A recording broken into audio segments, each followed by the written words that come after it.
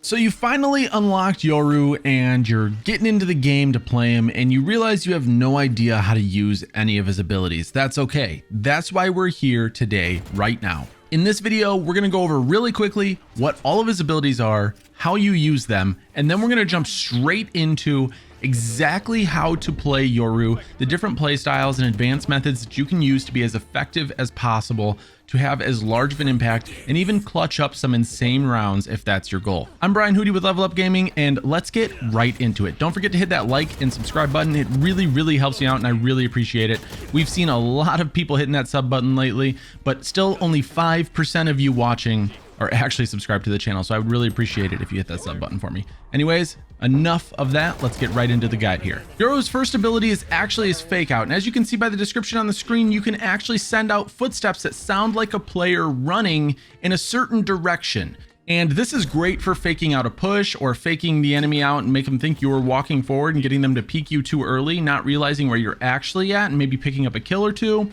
You can use your fire key to place it on the ground and set it off running right away. You can also use your alt fire key to place it on the ground, similar to how you would place like a cyber cage or something, and then activate it later using your use key. I found great use in this to fake out enemy pushes, but you do have to realize that the enemy can see these footsteps. So as soon as they see like the footsteps move into their line of sight, it's going to be a giveaway that you're not actually there. Next up, we have Gate Crash, and this is actually Yoru's teleport, and this is the one that everybody hates, I think. So the goal of this teleport is essentially to allow Yoru to move quickly across the map at free will. The idea here, similar to the footsteps, is you can equip it and send it out so that it moves towards a target location, or you can place it directly using your alt fire key again and then teleport to wherever you put it. This is great to use to get behind enemy lines. This is great to use to reposition during a gunfight. This is great to use just to catch the enemy off guard, or sometimes I even send it out into a position where I know the enemy is going to expect it and they're going to see it. And this is great because it distracts them. They're so concerned about whether or not I'm going to teleport for the next 20 seconds that they're not actually paying attention to the fact that I am actively walking towards them, positioning myself in a position where hopefully I can get a kill on them. So don't be so close-minded about it. You don't have to teleport to it, and it doesn't have to be used in the traditional teleportation ways. You can actually use it as a distraction. So like I said, the enemy can see this, but they have to be kind of close to it, but it does make a very loud audible sound. So be wary of that. If you hear Yoru's teleport, he might be coming for you. And then we have Blindside, and this is Yoru's flashbang. And this is a very unique flashbang because it is a throwable, first of all, similar to how you would see in maybe Counter-Strike, but it needs to bounce off a surface before it blinds anybody. It's a blue flashbang, which is nice because it's not quite as harsh on your eyeballs if you do get flashed by it, but it is very effective because since you have to bounce this off a wall to then cause it to trigger and flash anybody, you can kind of find tricky surfaces to bounce it off of to then move it into the enemy's line of sight so they don't know where to turn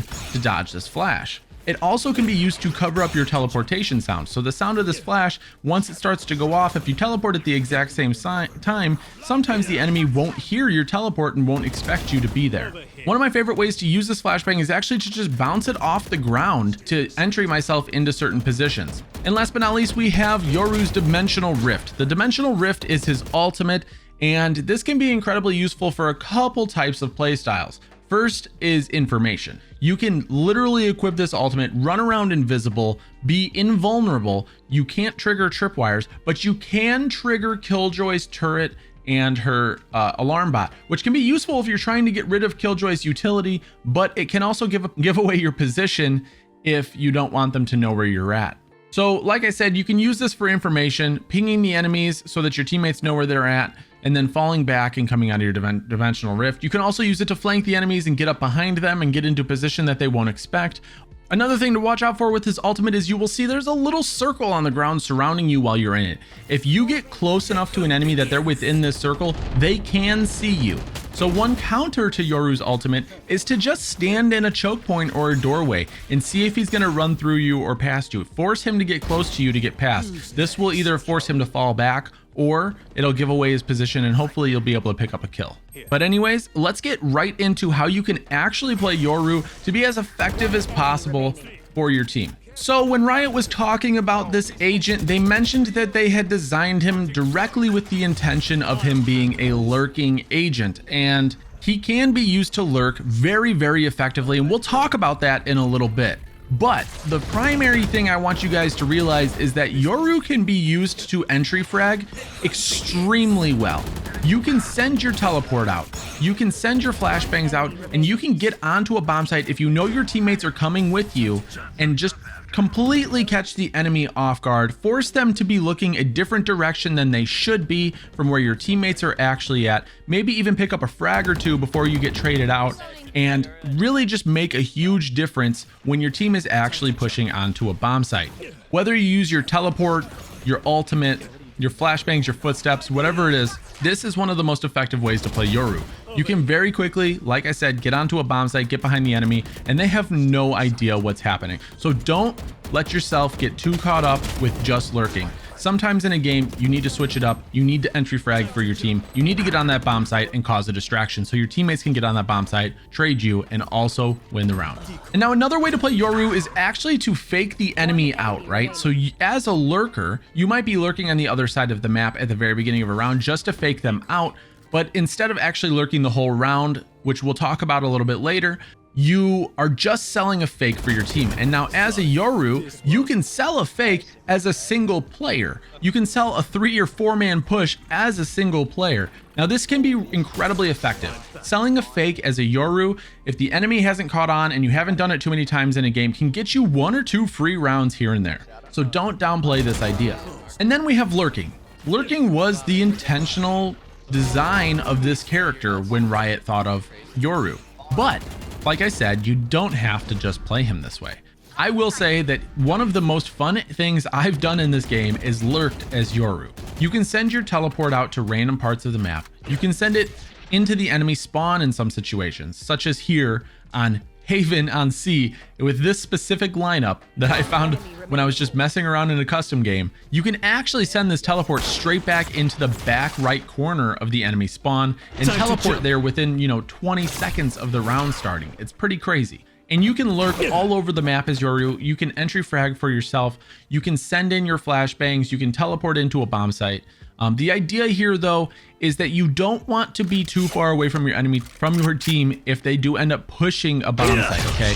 So lurking on another side of the map, waiting to see if an enemy pushes, maybe picking up 1 or 2 kills as an enemy rotates, for instance, can always be incredibly powerful. But you need to make sure that you're not getting too far away from the bomb site where your teammates may, plant the bomb. Because if your whole team dies, then you cannot help contribute to defending that bomb, and the enemy's going to get a free win, and you're going to have little to no impact. A lurk is only impactful if your team ends up winning the round. So for instance, if my teammates start hard pushing A on Haven and I'm sitting long C lurking trying to pick up a kill on a player on C and the bomb is already planted, I'm out of position. At this point, I need to either be flanking the enemy as fast as I possibly can, or I need to be moving into a position where I can help defend the bomb. One of the things you can do as a Yoru that's lurking, if the enemy knows roughly where your position is, you can set up your footsteps in such a way to make them think that you're rotating off, trying to play safe or go play with your team, and then be sitting in a corner waiting to pick up a free kill.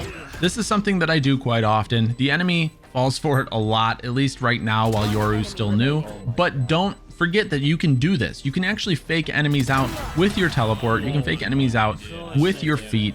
You can do all of that kind of stuff.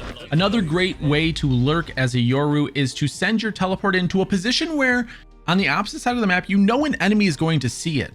And now this sounds dumb, but you want the enemy to see your teleport. The idea here is most enemies are going to stay in a position near your teleport once they see it in hopes that you're going to teleport to it.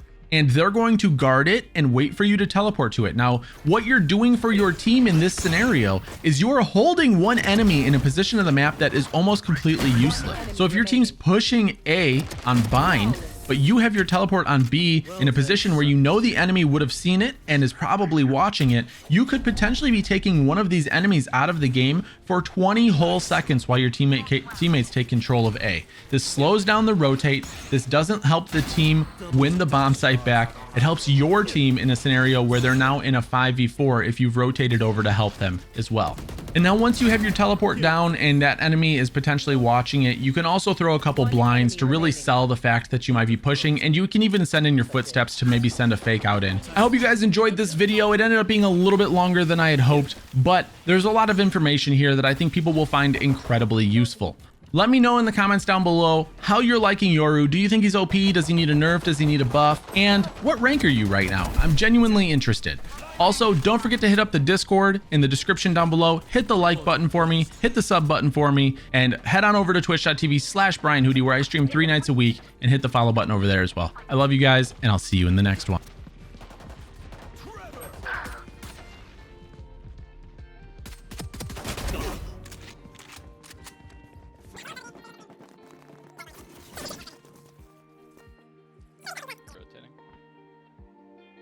Yeah, two. One enemy remaining. Get this.